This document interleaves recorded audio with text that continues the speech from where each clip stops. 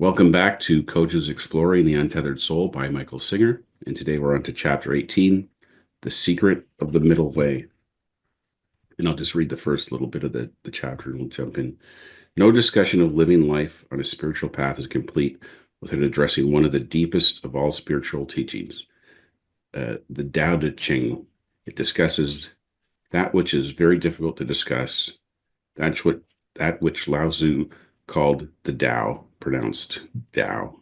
I'm glad he had the pronunciation in there because I never would have got it. Yeah, this chapter, I don't know, for me, this chapter had a different feel to it than the other chapters. Like at least the first few pages of it didn't. Normally, I'm right in there. I'm like, I'm hooked on the first like sentence.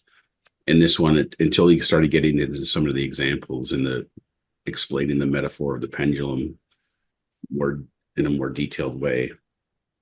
And I don't know if that's because it starts off saying like, this is one of the most difficult things to discuss or to understand, if I was buying into that. But that was interesting to me, just how different this chapter felt initially than the other chapters for me.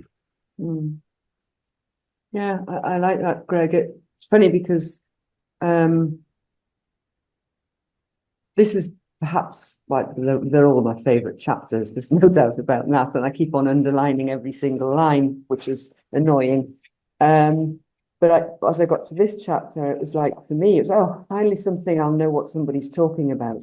Because I come into this world of coaching from a more, let's say a Zen Buddhism or the Tao way, and I have these teachings already. So I was sitting here thinking, oh, this is going to be easy. But indeed, I realized reading it,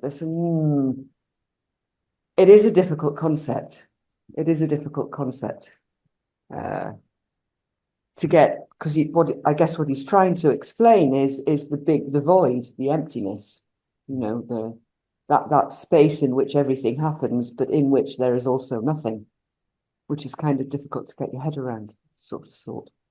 So, but yeah, and again, it was lovely for me to what I've had through my shiatsu practice. It's all about balance. It's all about finding the middle way, exactly, the bit in the middle, with a solid confidence that actually nobody knows where that place is, which is kind of nice, so intriguing to be trying to get somewhere that doesn't actually exist, which is called balance. It even has a name, the middle way. Yeah.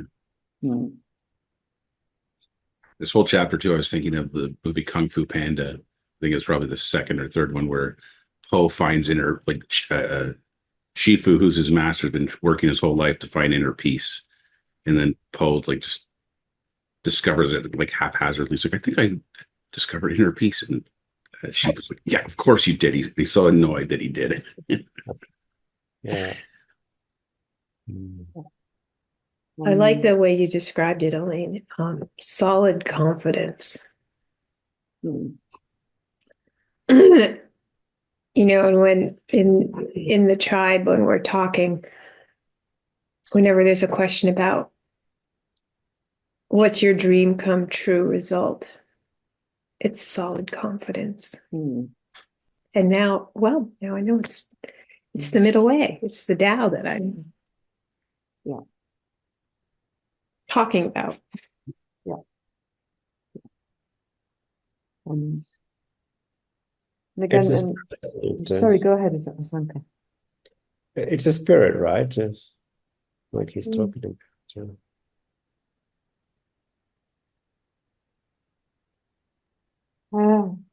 I guess I don't know.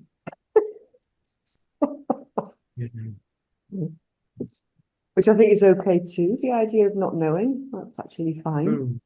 Mm. Mhm. Particularly it's the one that's hard to talk about. mm, mm.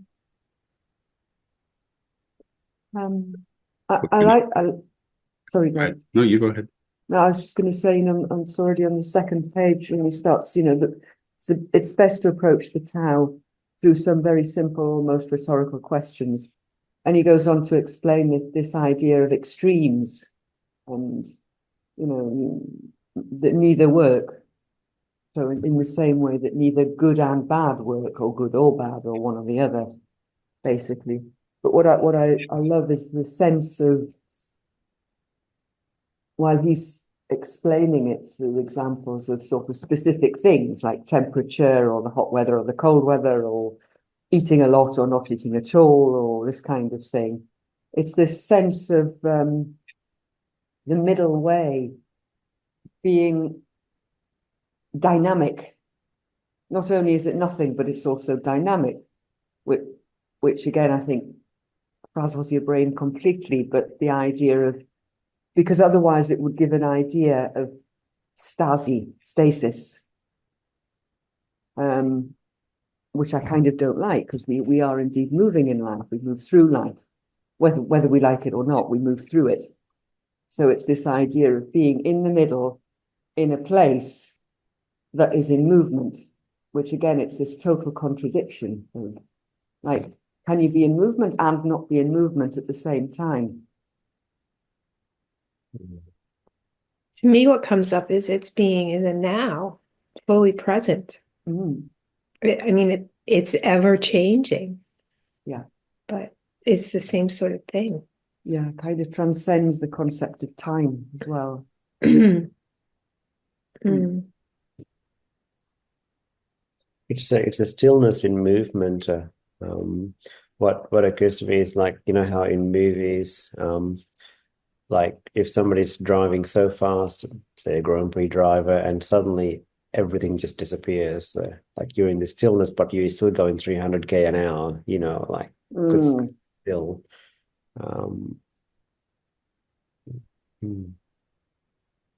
This chapter made me wonder about people going to extremes, because to my understanding to date, like when people go to extremes, like say something like addiction, or like as you were talking about eating, and like people go to an extreme to balance something in their experience. It's like, I'm in so much pain or hurt or whatever. Oh, I'll use alcohol to offset that pain, cope with it, and for a moment I'll feel at peace or it's stillness. But life has a way of, anything that's extreme, life has a way of causing another implication of that extreme to get us back to the true center. So I mean, it occurs to me it's not wrong to go to the extreme, because when people go to the extreme, it's because we had no other option, other choice as human beings. But life has this beautiful design to not keep us in that space, because we go into the extreme to cope with something else that's off center anyway. So yeah, it's got a few layers in it. Yeah, I was curious if I don't think Michael meant this or implied it. This is just the narrative I went in my head. Like it's innocent when people go to the extreme, is I guess what I'm trying to say. Yeah. That's the swing of the pendulum. And when it goes all the way out, it's going to come all the way back in the other direction. Yeah. And what I got out of the chapter is eventually that will settle down into stillness. Or you can choose stillness. That's another thing he talks about, just saying, I'm done. Stillness. The center, the balance. It's the balance point. That's how I think of it.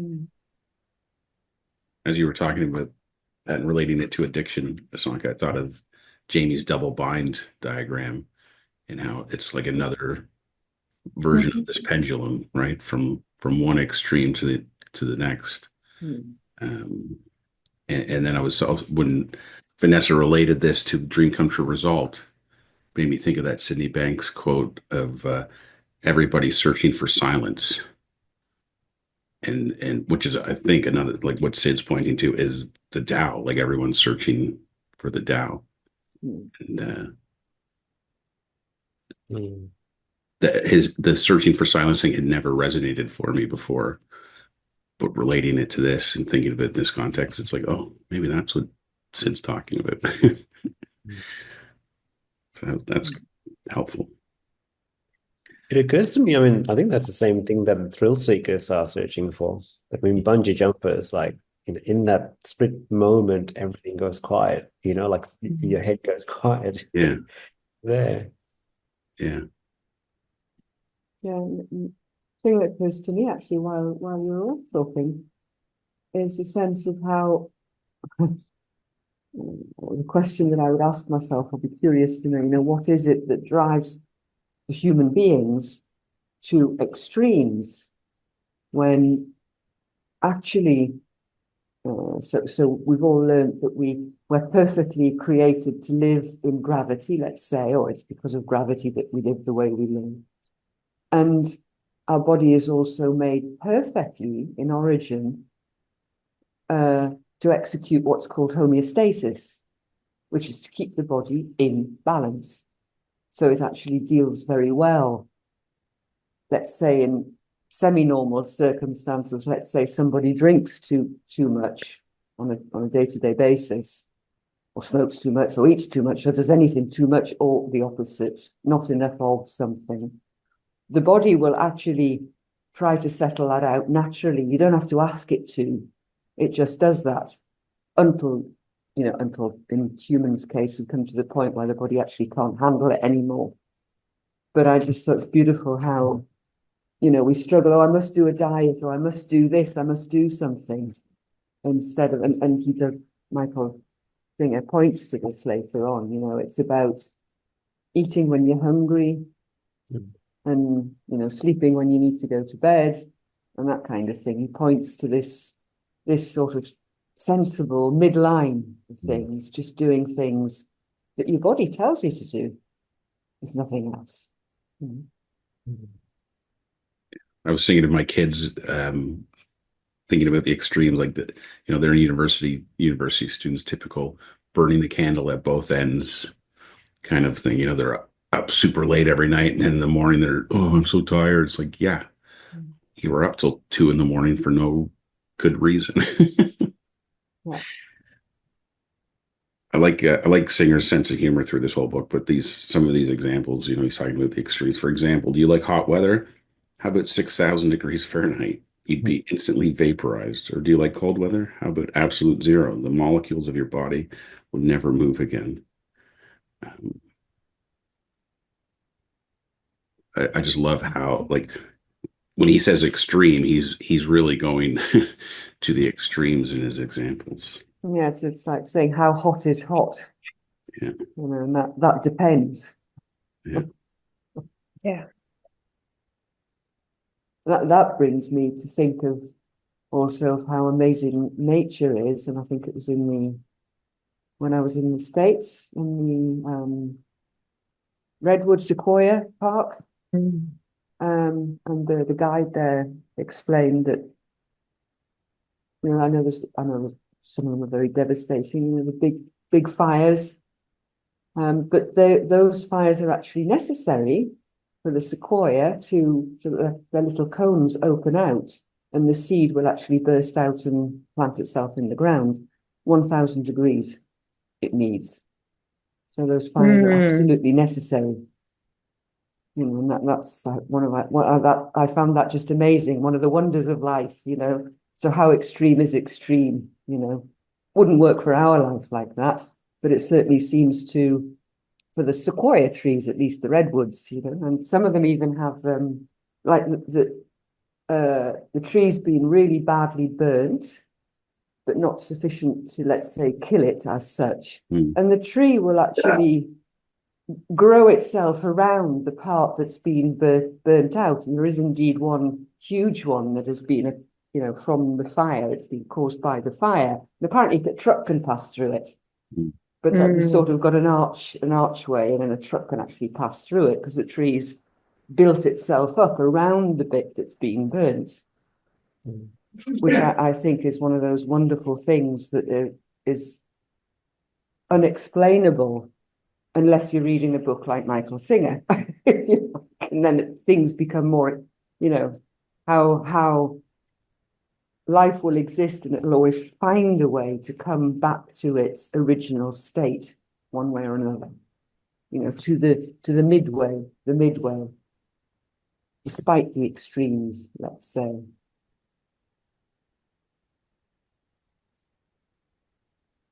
Life is always looking for harmony, doesn't it? The thing that struck me with your story, Elaine, is that it's, in different examples, there's different timelines. So like, in nature, you could be talking hundreds of years to go from, a fire to all these new trees being planted and grown and whatever. And then there's other things where, like drinking too much and your body coming in balance, it's like a 24-hour thing. But regardless of the timeline, that predisposition to find balance kind of works itself out. I guess from the universal intelligence perspective, whether it takes 100 years or 24 hours, it's the same gig, right? Like time is not really a factor at that level. But from a human perspective, we are like, it's taking too long. Why is it not done yet? Yeah. Well, and it's a matter of context, right? Like as a human with a 80-year lifespan, 100 years seems like a long time, but as the infinite intelligence of life that is infinite, 100 years is nothing. Yeah. Human life is a blink. It's.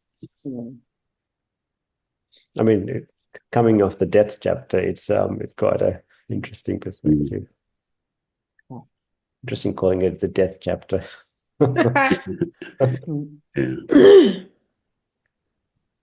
He says here, first, you have to realize that since everything has its yin and yang, everything has its own balance point.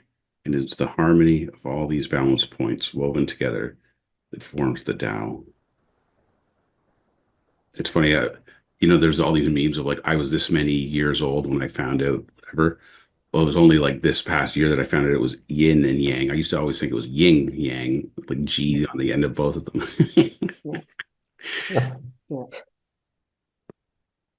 And in my learnings of Tao, let's say, you'll all know the symbol, the yin and yang symbol, a black and white, and there's a tiny little white spot in the black side, and a black spot in the white side, and also that the dividing line is like an S shape, which that apparently represents what it was meant. Actually, really, there is no. Michael Singer says here, how long can a pendulum stay at rest? It can remain there forever because there are no forces moving it out of balance. That is the Tao. It is at the center. But that does not mean that it stays static and fixed. And indeed, the yin and yang, actually, what this refigures is the movement, so that take the day and the night. There is no exact moment that is, we put time to it. Let's say that midnight is the darkest moment of the day. Well, it's not true, because it's a time thing. It's the fact that everything is moving consistently all the time. So day becomes night. There is never a fixed white side or a fixed black side. So what that represents is the movement. And the two opposite colored dots in each of the sides, again, also represent movement, in the sense that nothing is fixed or permanent. There's always going to be some black in the white, and there's always going to be some white in the black, whichever way you look at it.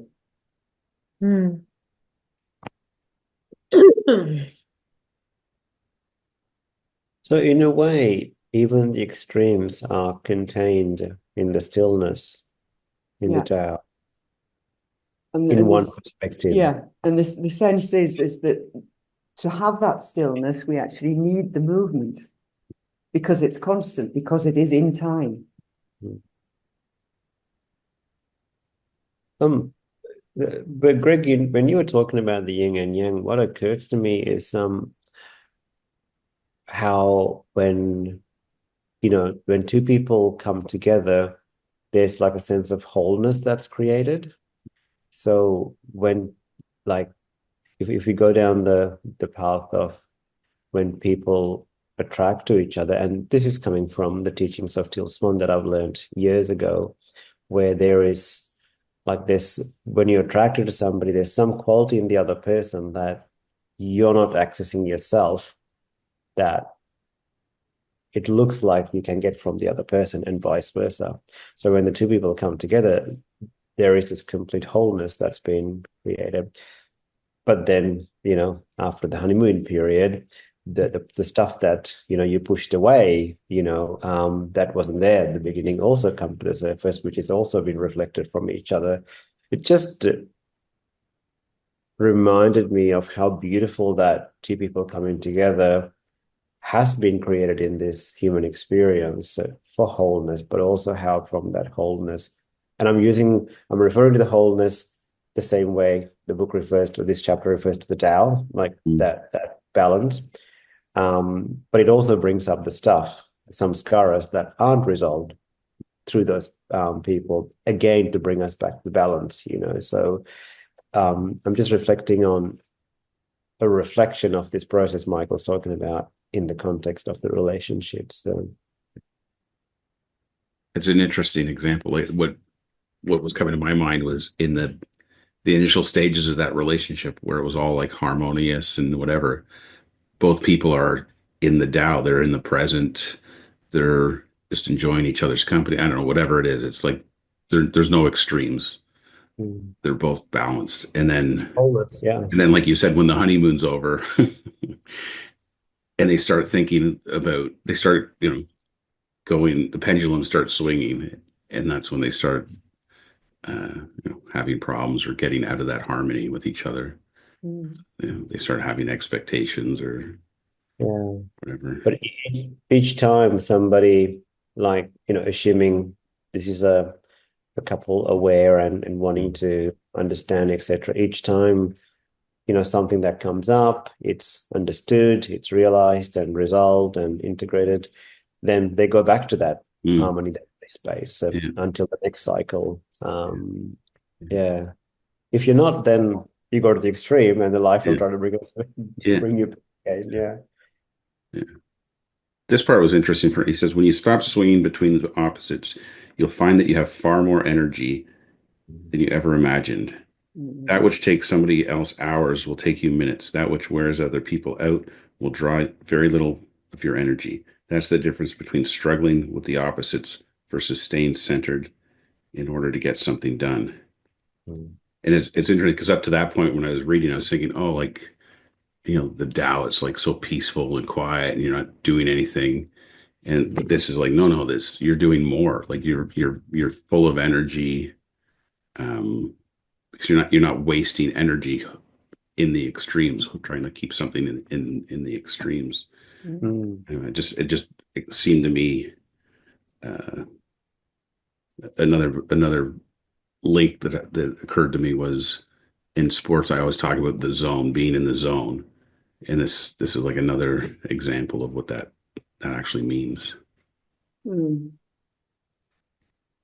Just as you're talking there, Greg, it just occurred to me in traditional Chinese medicine, there is no let's say concept, because the thing about like Chinese medicine originally, let's say a doctor would go and visit his patient, but the doctor, or religious or whatever, political, or I don't know, whatever reason, he actually couldn't see under the client's clothes. all he had available would be the hands, maybe feet, face, and tongue. The client could stick out their tongue. So they were able to read their clients obviously not being able to examine them energetically. And in traditional Chinese medicine, there is no consideration of the brain at all. Everything that is, let's say, handled in the sense that Michael Singer's speaking about is handled by an energy channel which controls and organizes the heart. And then there are other channels that control and organize the lungs and the bladder and the kidneys, stomach, and intestines, and so on. And it just struck me there that this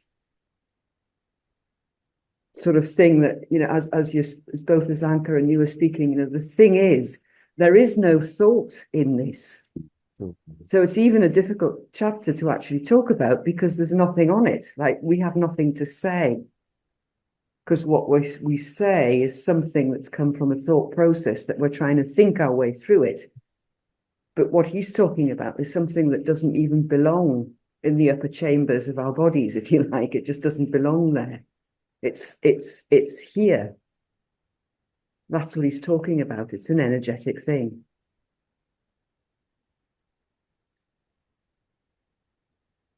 Listening to you both, it takes me back to the one of the earlier chapters talks about the heart chakra.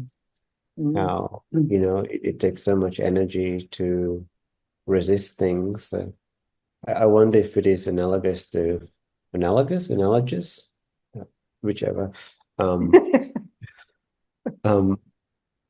not sure which pronunciation, but I wonder if it's the same, like I think he refers to it in this chapter, like it takes a lot of energy to be at the extremes, and it closes the heart. So, but then come back to the center, your heart open again. And I think in earlier chapters he talks about it's got infinite energy, which I'm assuming he means the same thing when you're in the Tao. You just got infinite energy available to you.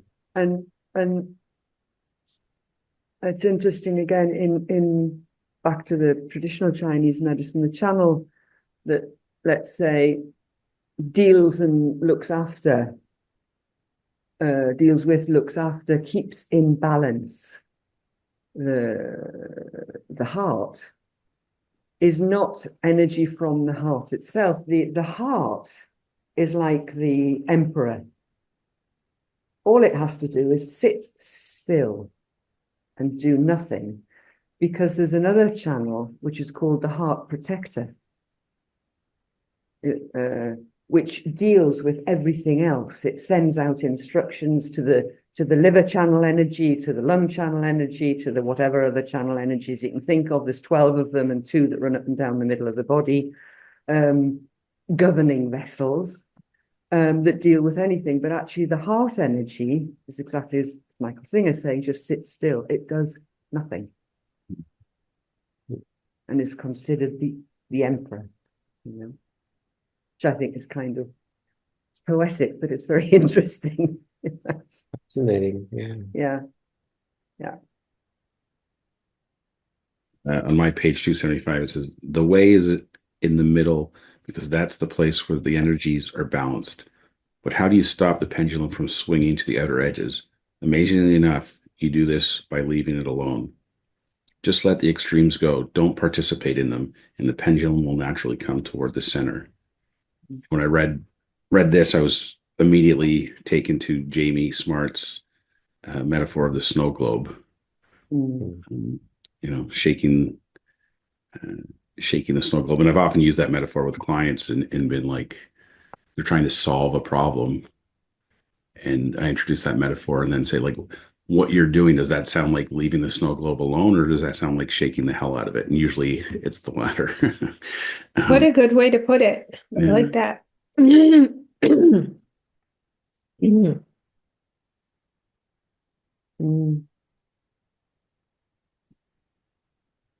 And this reminds me too of the story I was telling earlier, maybe before we started recording, about um, when I'm driving and somebody doesn't signal or does something, and I think to myself, or I say, bless you. It's I'm trying not to get caught up in the extreme. It's kind of like my little hack for, like, when I feel my energy ramping up to get mad at the person, and then by saying bless you, it's like me just letting it go, Mm. and letting my pendulum come back to center. Mm. Yeah, my version of that is, somebody cut me off or doesn't signal. I get the charge, and the times when I experience the charge, there's nothing on it, like it goes. And I think that's the same thing, like when you say bless, that's how I took it, or how I interpreted it. When you say bless you, there's no resistance to it. The energy just flows to you. The energy got to go somewhere. The charge already happened, Yeah. Yeah. Yeah. And yeah, so when I'm open to it, and I think when people do too, extreme things, when they're angry or upset or enraged, it's not because they're angry or rage, it's because they're resisting that whole experience they're in. Instead, if if people felt the capacity, or if people felt that no, they can handle this, then the system takes care of the experience, and you come back to balance very quickly. Mm. Yeah, but when we're fighting it, shaking the snow globe, yeah, Mm. I guess we get the world we have today. Some aspect of them, not all. Yeah, and he says a little bit later on, as you center by not participating in the swings, the energies will naturally find their balance, which I think that's just about what you're saying, Sanka. You find your center, just don't participate in it, nor resisting, nor let's say, not even by consciously doing nothing. You don't participate in that energy. Yeah. You Yeah. A couple of days ago, I was playing with the idea of just not getting involved, in a slightly subtle way, where, say, a negative thought comes up and it has a charge to it. And, the inclination is, when something negative comes up, okay, let's be present to this and let's do whatever with it, because you don't want to be in it. But, when you're in that stillness space, oh yeah, you don't buy into it, you don't care about it. But I was playing with something subtly different, where this negative thought comes up. It feels awful. Just being in that awfulness, just there's no resistance to it, just in the fullness of an experience. What I was experiencing was the whole negative element, or the awfulness. It was flipping very quickly to just energy, just pure life force energy. And it was cool, and I was reflecting that, well, it's a negative thought or a positive thought or a thought in between, it is still energy. And it's when I get involved and trying to meddle with it, is when the whole thing goes, sideways. But when I'm open to it, just to the experience of it, there's no narrative, there's no play, there's no story, and the whole thing just becomes an experience, to which Michael refers to in this chapter, about life is a moment-to-moment experience. It's that's the purpose of it. When you go into, I'll be fine when I get there, or if I have this or whatever, you're not in that energy. I think I had a glimpse of what this is like, but that was 2 days ago. I tried to replicate it. I'm like, no, it's not going to work. It'll probably happen again some other time. But that was cool. Probably happens a lot more than you realize. Yeah. Probably. Yeah. He says, for the being who is in the Tao, events take place and last just as long as they are taking place. When the next event happens, you're there. You're always there. And that makes you much more capable than the person who's reacting to past imbalances. Remember, whoever remains present with fixity of purpose comes out on top in the end. But this whole idea of being in the moment, being present, being in the now. mm, I think is for me, that's what he's pointing to here. mm, When you move into the Tao, you're always present. Life becomes absolutely simple. mm. Well, follows nicely, and I love this metaphor he gives of sailing. Mm, Also having had an experience of sailing, and as I read this, moreover, I'll just read a little bit out for anybody who might be listening. To give you an idea of what it feels like to be in that center, let's use the example of sailing. We'll begin by going sailing when there's no wind. That's one extreme. We're not going anywhere. Now let's go sailing when there's a tremendous wind, but there's no sail. That is the opposite extreme. And again, we're not going anywhere. Sailing is such a good example because there are many forces interacting together. There's the wind, the sail, the rudder, and the tension of the ropes on the sail. There is a tremendous interplay of forces. What happens if the wind is blowing and you hold the sail too loosely? Doesn't work. What if you hold it too tightly? You tip over. To sail properly, you must hold it just right. But where is the just right? It is in the center point of tautness of the sail against the force of the wind, not too much and not too little. It's what we call the sweet spot. And I remember distinctly not sailing, but windsurfing. And indeed having moments, and I've been out in some pretty strong winds. And there were indeed not many, and I wasn't that brilliant, but and I usually ended up flying over the front of the sail like a frog. Because when the wind was too strong, it would just lift me up and out, and I'd be hanging on to the. But there were moments where I remember that even in a strong wind, when you hit so you've got the angle to the wind just right, you've got the whole thing, the sail is just right, you're holding it just right, you're standing just right, you're going in the right direction, let's say, with the wind coming right sort of behind you almost, and maybe the best way to go, or slightly cross. And it's actually no effort at all. Mm. And you just fly, you just go. And it doesn't take strength, it doesn't take, shoulders or good grippy bits on your feet to stay on the board. You just go. That's the sweet spot. And you've got, and just this idea that you can be in all sorts of, let's say, psychological upset, but you can always find this sweet spot in the midst of a war, in the midst of a marital argument, or in the midst of anything. That place exists always. That's the Tao. For me, Tao. love your story.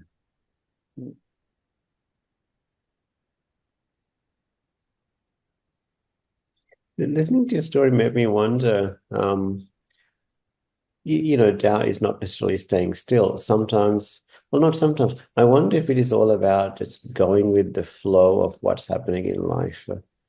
Like if the wind is blowing, super fast, you go with that. You don't try to resist it. You don't try to stop it, etc.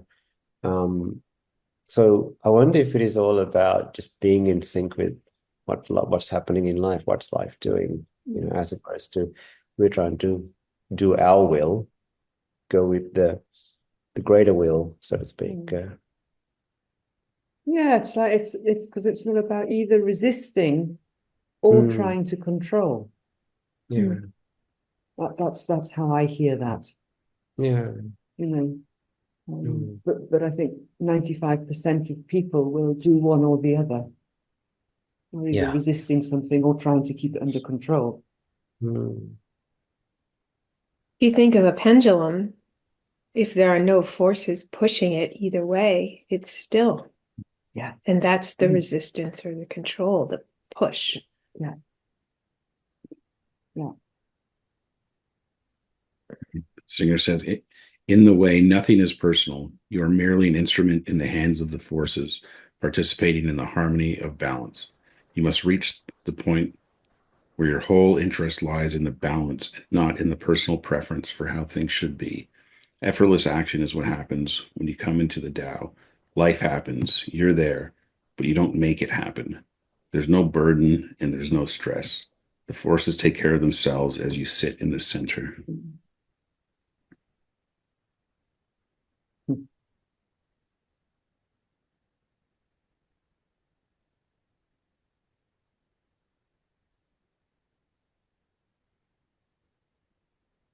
I was reflecting, sorry, Greg, with just before you were reading and your reference to pendulum, Vanessa. What occurs to me is like when a pendulum swings, it always returns to the center. But the reason it does that is because the gravity is acting upon it. It's always, pulling it to the center.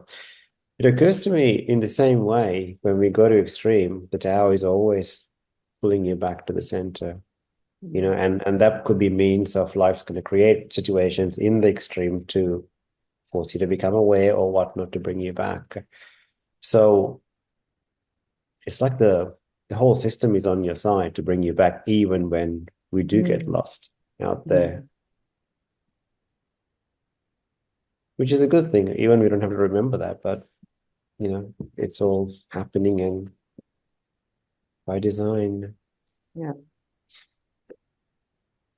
What came to mind when you were saying that is kind of like life's homing beacon.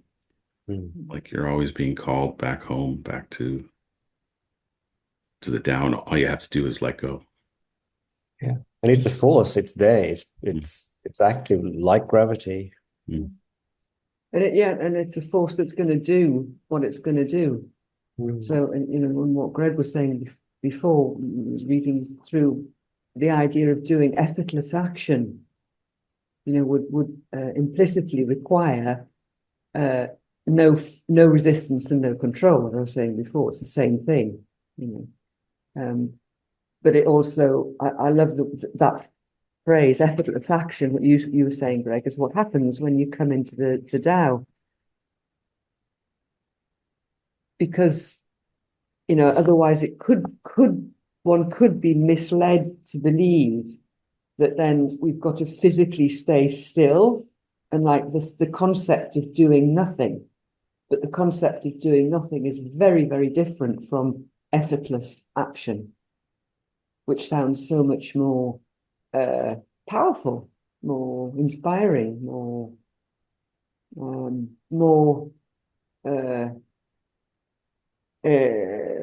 it's more an offering of life. Yeah.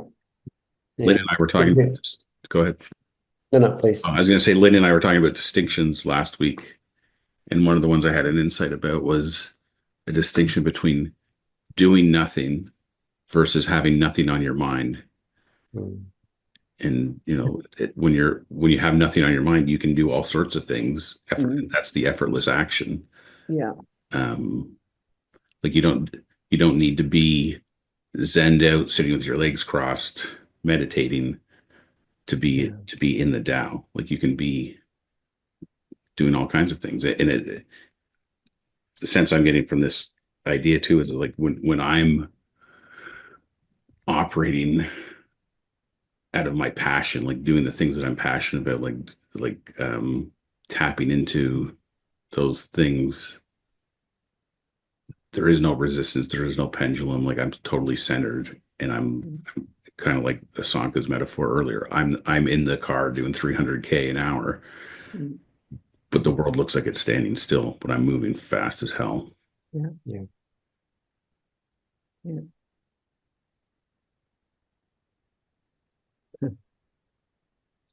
The effortless action, I get the picture of a leaf being carried by the wind. There's just no effort whatsoever, but it's in complete sync with what life is doing in that moment. Yeah.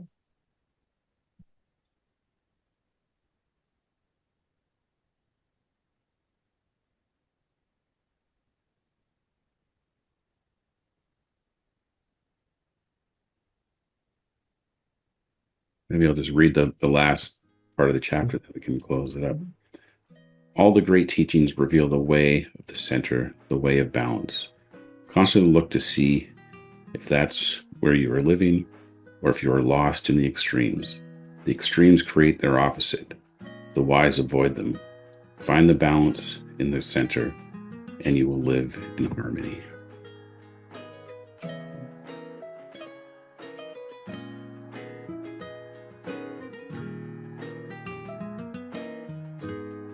Nice.